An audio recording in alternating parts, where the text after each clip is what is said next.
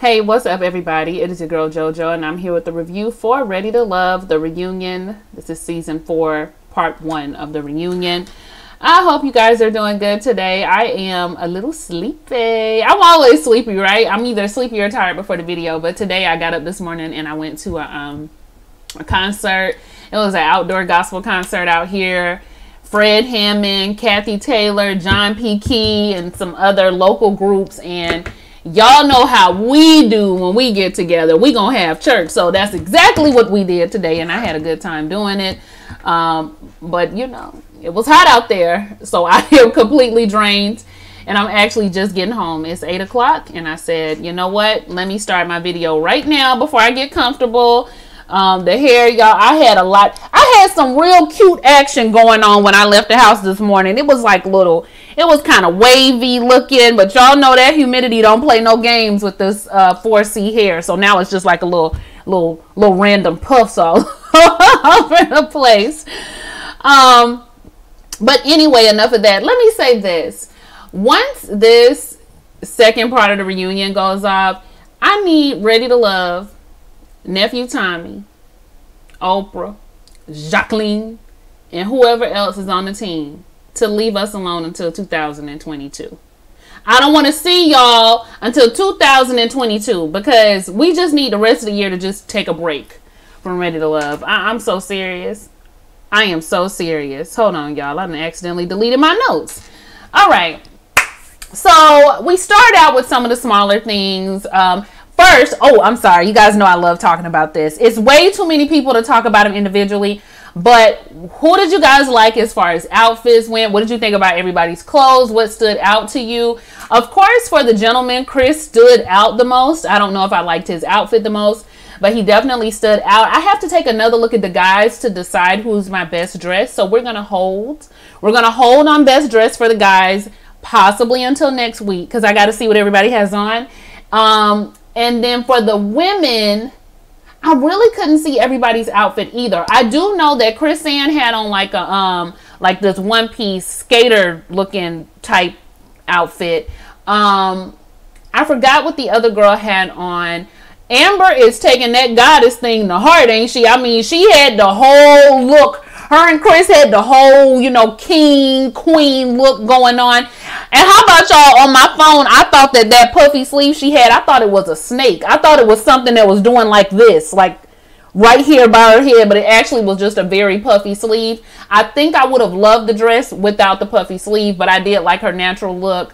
I liked her makeup. I thought she looked very pretty. Wasn't sure about that sleeve though. I liked what Liz had on. I kind of wanted to see it standing up, but it worked for her. It was definitely a very regal Liz type look. Kyra's dress wasn't that memorable. Alexis, I love the color. Love the color of the dress. I don't know. It's just something always goes wrong with Alexis's outfits. I think because it has like jewels and stuff on it. I don't know. Something just always goes awry for me with Alexis. Nobody was really my favorite, I think, for the ladies. But I have to look at everybody again. Vernisha's dress was, it was okay. I think I wouldn't have wanted it to be sparkly, and I think I wanted it to hit the floor. I love the green. Love the emerald on her. But I think I wanted the dress to hit the floor, and I don't know if I wanted the sparkle. Not really sure. But y'all let me know who y'all liked. Whose outfit y'all liked the best. Alrighty. So, let's move on. But they start out with Chris and Amber, just kind of talking about their connection. They are actually dating right now. Chris said that he could have really done this thing wrong like he did last time. Put all of his eggs in one basket. He was kind of trying to get to know a lot of the women. But Amber really stood out to him. I want to say he said after the brunch, which was the first thing, but he said she still stood out to him even after that because of how great their communication was. They just seemed to click. And right now things are good. Communication's great and they're dating. So good for them. Then they start talking about how everybody picked Kyra. Y'all remember Ready to Love, the Kyra edition, Ready to Choose Kyra. And they start talking about that and they show the clips of all of the fellas choosing her. And they asked Kyra how it made her feel. Kyra says it actually made her feel in that environment a little bit funny because she felt like it alienated her from some of the other ladies. She also felt like it was the breakdown of her and Jason. And y'all seen that camera try to flash across Liz's face when she said that. But she said she believes that actually contributed to their miscommunications and breakdowns and them not being as close as they were. Alexis then speaks up and says that based on some of the things that she heard going on around the group, she actually felt played when it came to Kyra, because what she was told was Kyra was just trying to make it to the end. And so as she's talking, she's saying, well, I'm just trying to figure out how it is that all the men chose Kyra. And Kyra said, well, question them, not me. I think that was the best part of the reunion clips that they ever showed, because she's right. Why are you questioning me about the fact that they chose me? You need to be questioning why they did it. But then she goes on to explain that she heard that Kyra was just trying to stay to the end. Kyra, I think she's attempted to say that that's not really true. She came for the same reasons that everybody else came. Tommy says that he believes that most people came for love and came to find love, but I will say that everybody didn't come to find a friend, and I think he was kind of directing that a little bit towards Alexis as well as some other people who we're going to talk about later when he did make that comment. But do I think Kyra came just to stay to the end? Yeah, kind of. I mean, I don't think that was her sole reason, but I think she came to play. And she even says, because I'm a lawyer and because I know how to ask certain questions, you know, a lot of people could probably think that about me or see that in me.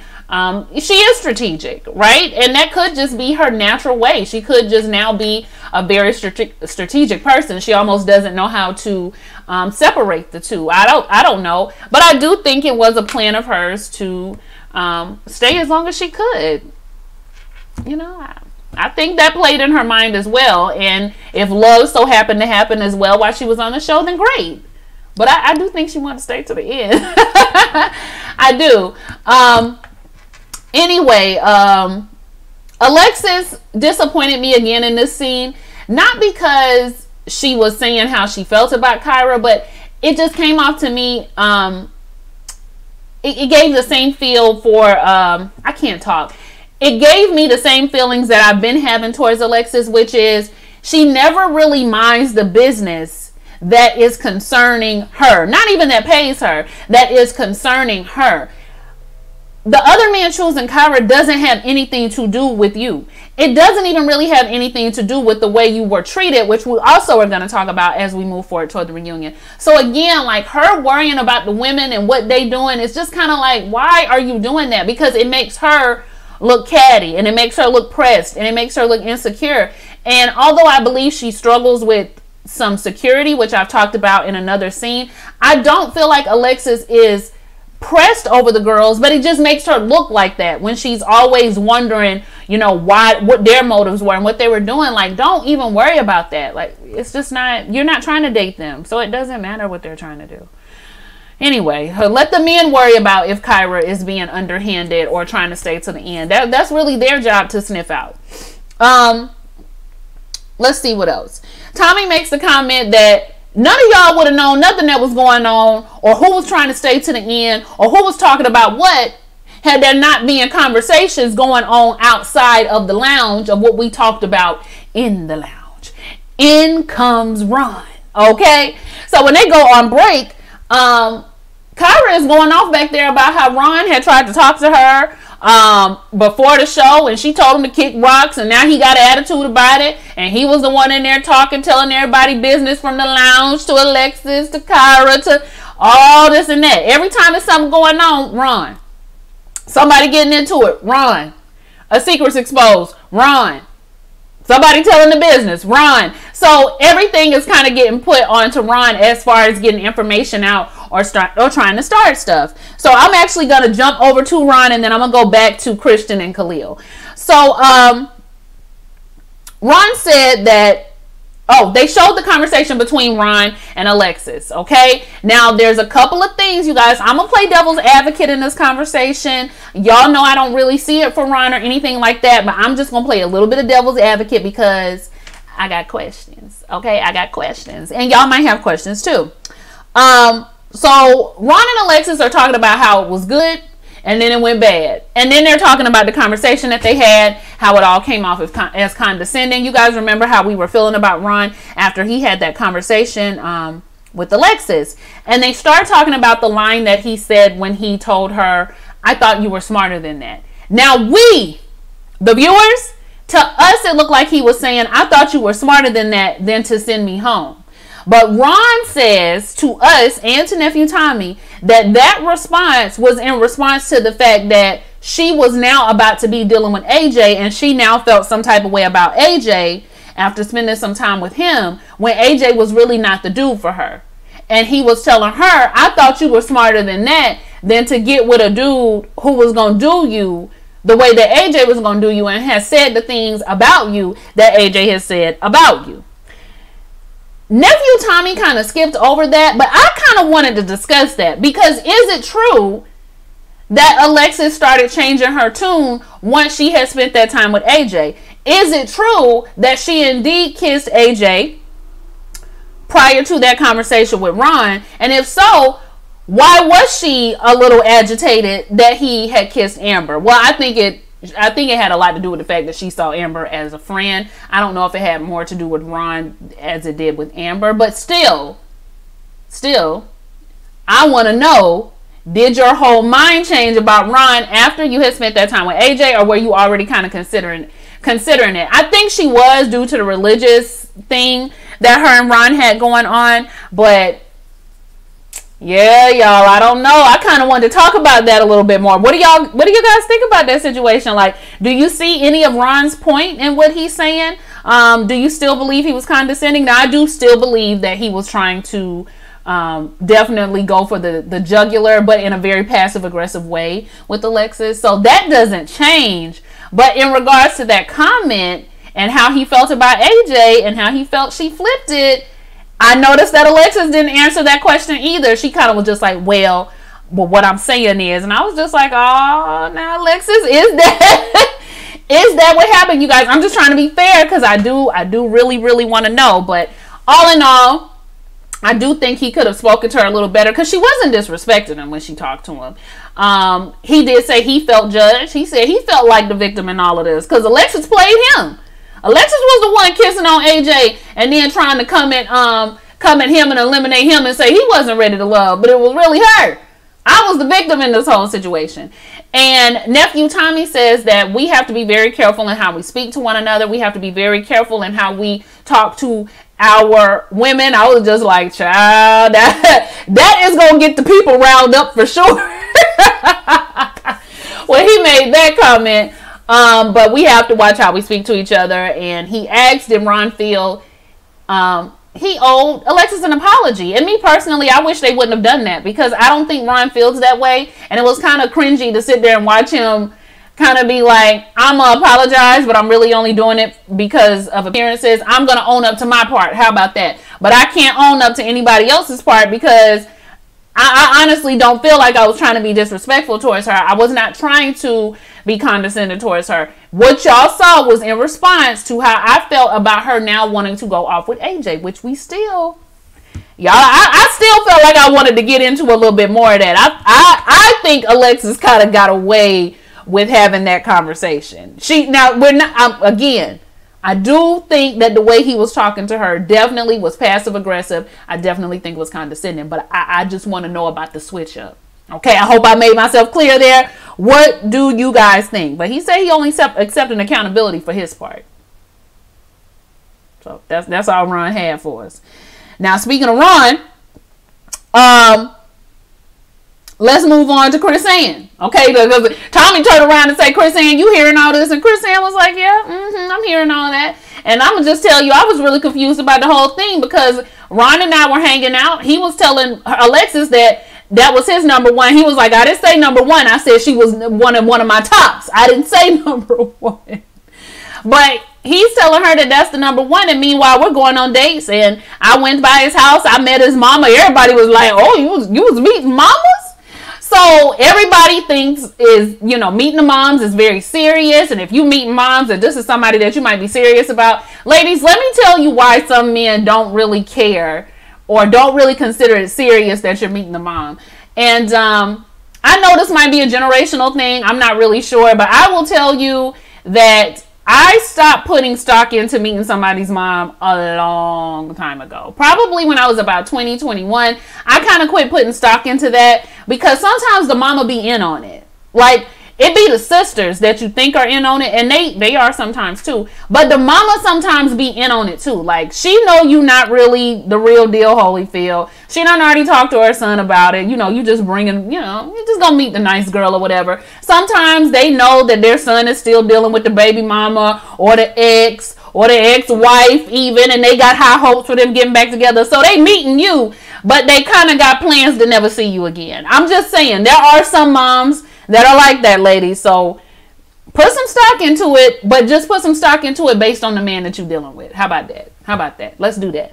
So Chris Ann was just like, I don't understand why you would do all of that if it wasn't going to be real. And Ron just said, well, look, you was closer to my mama house, so I brought you over there based on the conversations we had. We was getting along, and we was having a little event, you know, down by the way. You was close, so I said, hey, come on through. My mama going to be there. You can meet my mama.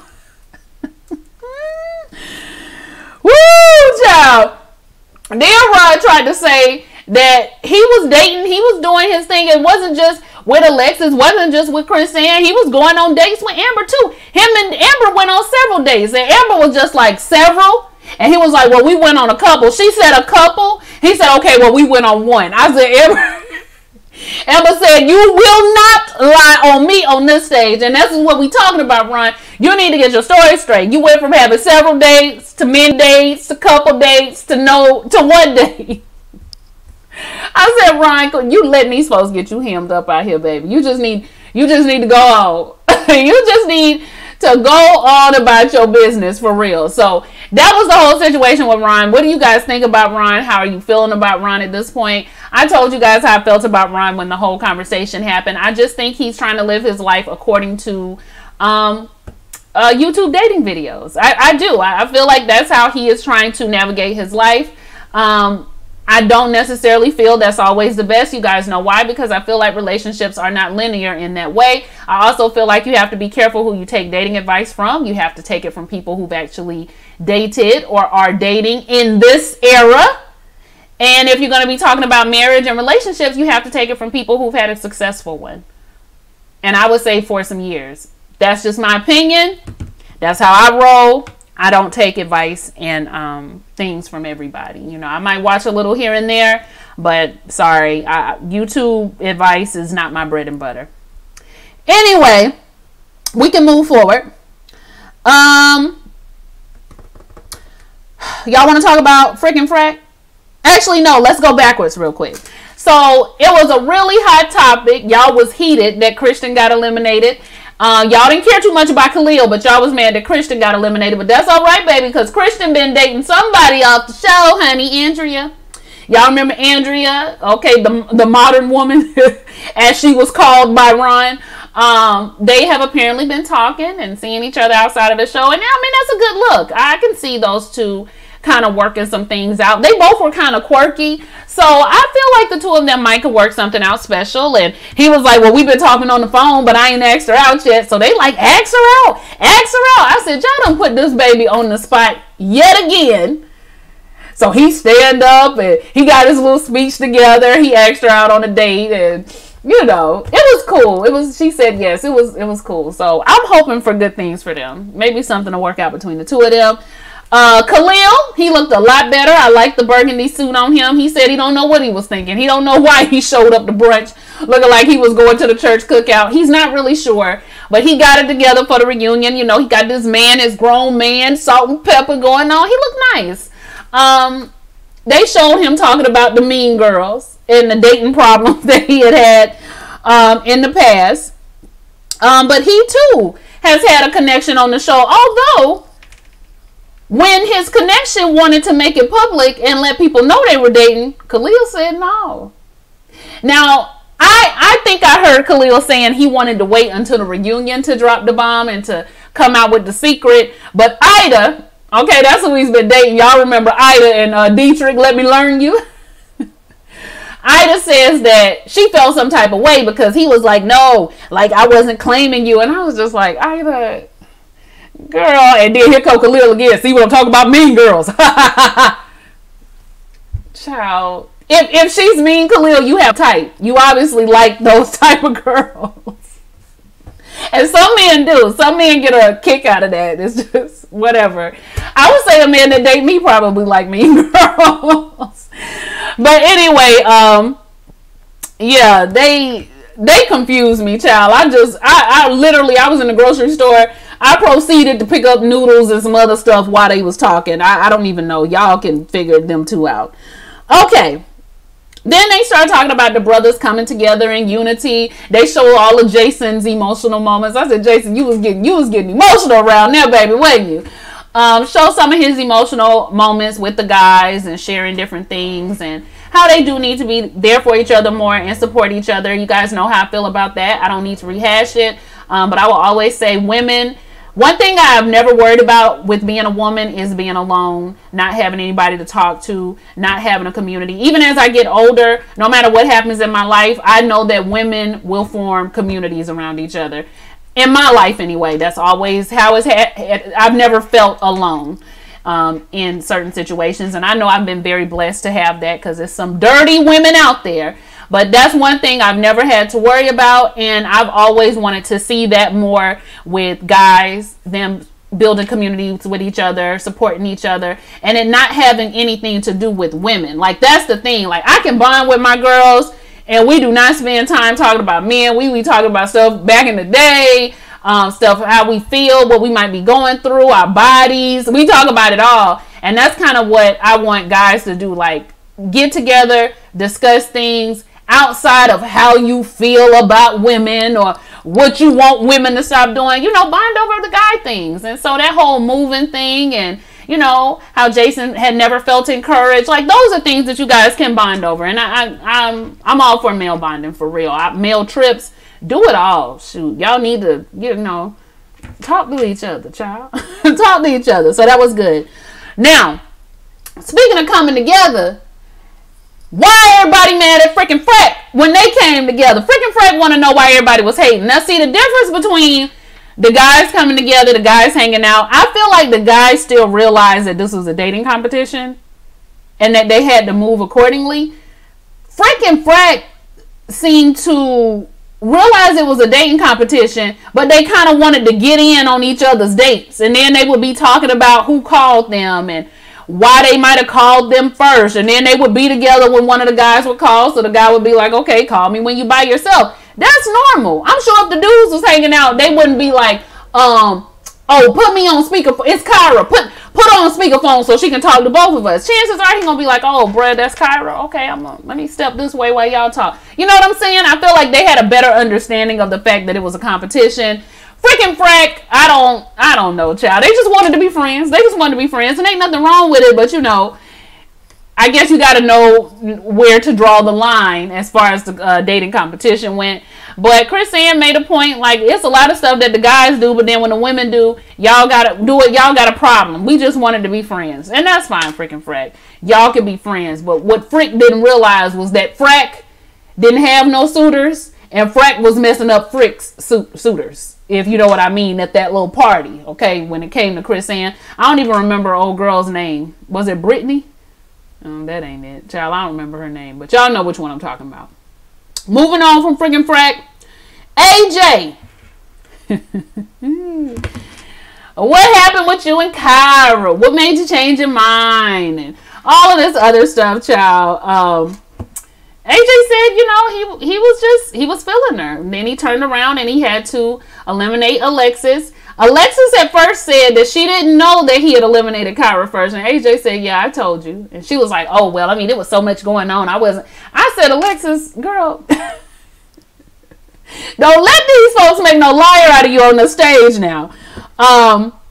But what happened with Kyra was once everything kind of broke down between her and Jason and she realized that wasn't going to work anymore, she decided that she did want to open up more to AJ. And so that's what she did. However, she ended up choosing herself in the end because, and we don't ever really find out the because, we actually find that, we're going to find that out, I think, on the next episode. But what they do end up getting into on this episode, as far as the decision for her to leave or not, oh, actually, no. We did find out why she chose. I'm sorry, you guys. We did find out why she chose herself. She chose herself because she felt like her and AJ were just really not on the same page to be in a relationship. She said that when she's ready for that, she wants everything to be open. She wants to know you. She wants to know the communication is right. She wants to know that the feelings are right. And she just wasn't feeling that towards AJ to say, yes, absolutely, I choose you and this is what I wanted to do. But they were going to continue dating. Then she goes out of the country for 2 weeks. It was an obligation she already had planned. And when she gets back, she finds out that AJ has been going out on dates with Alexis. Alexis says she reached out to AJ via DM. I was like,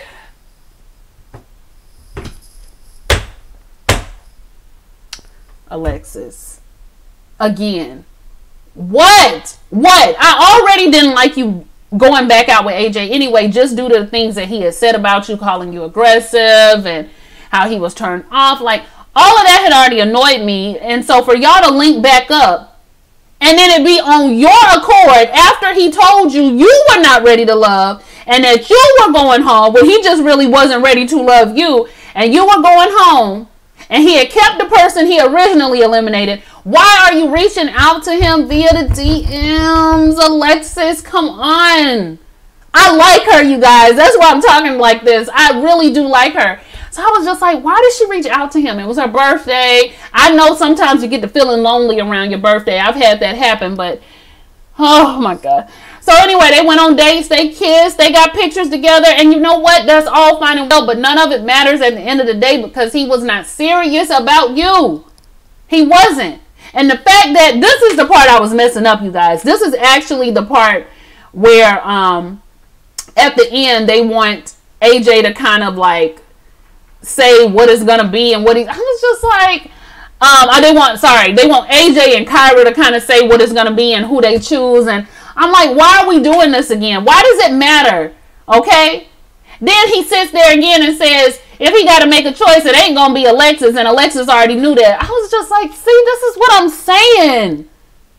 He embarrassed you again. I'm losing count at this point. And AJ, you embarrassed her just to turn around and probably be embarrassed again, because ain't no telling what Kyra about to say. Ain't no telling what bomb she's about to drop. But the whole thing is crazy. And then the fact that AJ wasn't answering the question whenever nephew Tommy would try to ask things in regards to Alexis or Kyra.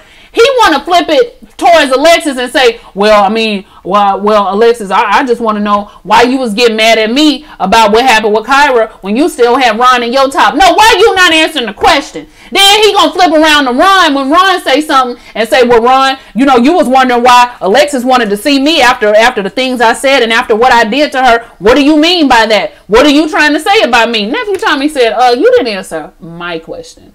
Why are you turning around and trying to flip it on everybody else?